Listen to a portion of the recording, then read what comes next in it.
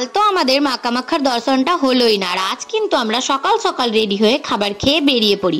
কিন্তু দুর্ভাগ্যবশত আজও আমাদের মায়ের দর্শনটা হচ্ছে না। কারণ হচ্ছে যে অম্বুবাচী লেগেই রয়েছে, তাই মেন মন্দিরের গেট খোলা হবে কাল ভোরবেলা।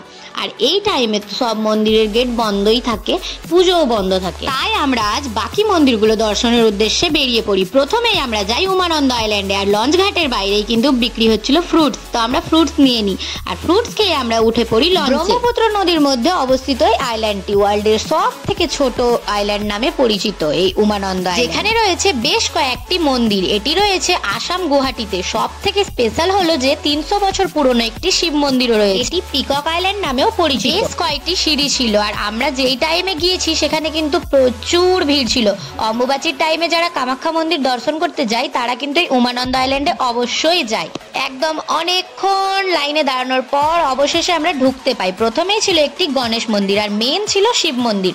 হাত পা ধোয়ারও ব্যবস্থা ছিল, হাত পা ধুয়ে আমরা প্রণাম করে নিই, পুজোটাও দিয়ে দিই। বাইরেই কিন্তু পুজোর সামগ্রী পাওয়া যাচ্ছিল, সেখান থেকে আমরা নিয়ে নিই। আর আমি কিন্তু মন দিয়ে প্রণাম করছিলাম, ভেবো না যে ভিডিও করার জন্য।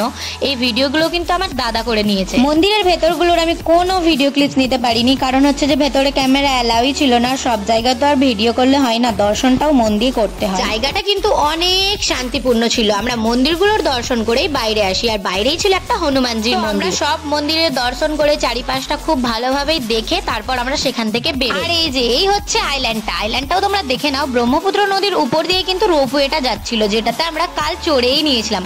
এই সুন্দর দৃশ্য দেখতে দেখতে চলে আসি ফুচকা খেতে। ফুচকা খেয়ে চলে যায় ভূতনাথ শ্মশানে। এখানে ঢুকতেই কিন্তু আমার কেমন ভয় ভয় লাগছিল। এই মন্দিরটাও ঢাকা। তা আমরা একটু ভেতর দিকে যাই। ভেতরে কয়টা মেলার মধ্যে স্টল ছিল, আর আমরা সেখানে থাকতে থাকতেই 4টে মৃতদেহ দেখেছি। যেহেতু এটা শ্মশান, তো সেখানের মানে লোকালের যারাই মানে মারা যায় সেই শ্মশানে আসে। আমার এখন ভয়েস ওভারটা দিতে দিতেও কিরম ভয় ভয় লাগছে। এটা কিন্তু মেনলি শিব মন্দির, মানে শিব ঠাকুরের মন্দির। তা আমরা এখানে বেশিক্ষণ থাকিনি, আর আমরা যেহেতু একটু সন্ধে বেলায় গিয়েছিলাম, তো একদম মানে ভয়ানকই লাগছিল। আমার তো প্রচুরই ভয় লাগছিল, কেন জানি না, বাট ভয় লাগছিল আমার। আর সেখান থেকে বেরিয়েই সামনেই ছিল একটা মার্কেটটার নাম আমার ঠিক জানা নেই। তো আমরা সেখানে কিছু কেনাকাটা করে নিয়েছিলাম।